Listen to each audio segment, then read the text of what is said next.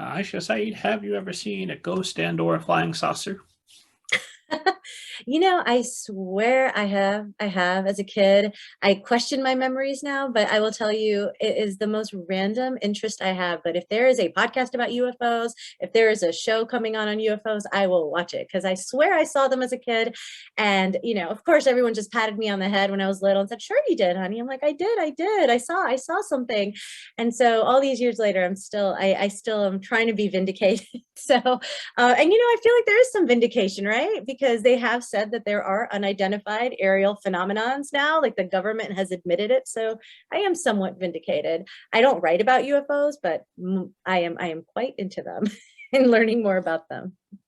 One of the many wonders of our age is that disclosure happened and everyone, we're busy.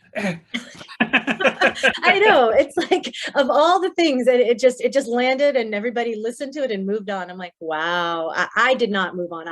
I listened to everything about it. It was really fascinating. Well, I can't get enough. It's one of those interests that it's not practical because you can't get up every day and like, what's the latest in UFOs today? There's there's usually a lot of regurgitation of the same reliable information, and then liars that are more than happy to fill in fiction. Which, if you called it that, I might listen. I like good stories. Exactly.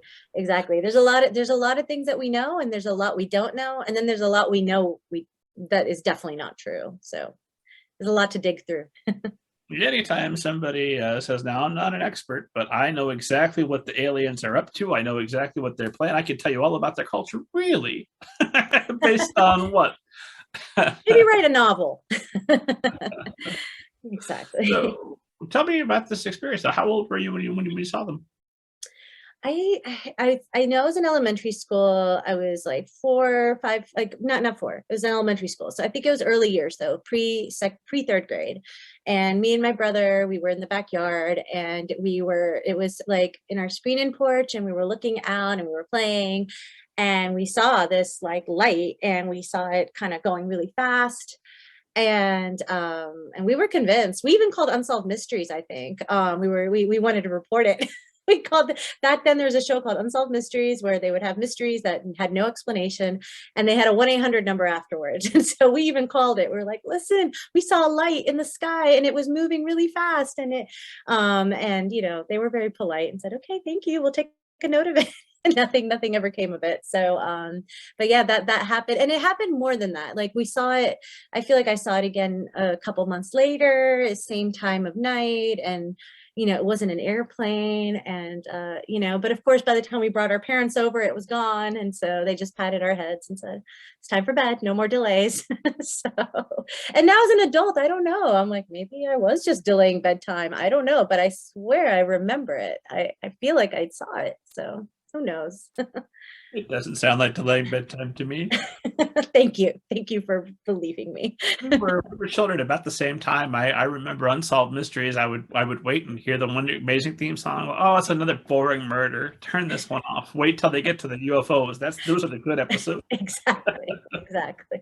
Maybe that's also what triggered, like, yeah, that unsolved. I forgot that Unsolved Mysteries did UFO stuff too. That's right. So yeah, maybe that's what it was.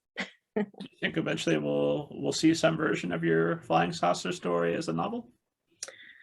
That I don't think so, because I do like to keep some things that are just for me. I feel like when like for example, I love to read suspense novels. I love to read thrillers, but I definitely don't want to write one, because when you become a writer for it, then you start analyzing it and taking it apart. And I want to just have the thrill of reading an adult suspense and not analyze it or take it apart, just have fun with it. And I think same for UFOs. I find it really fascinating and I read about it, but I don't want to get too like I like the level that I'm at right now, and I don't want to go deeper. And I think I would have to write a story. So some things are just meant to be enjoyed, and to see other people's work on it and not be the one working on Fair enough.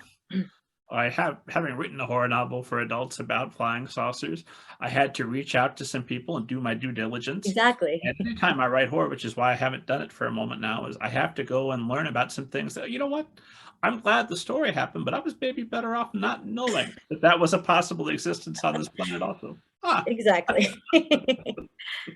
Things you can't unknow then, right? unfortunately.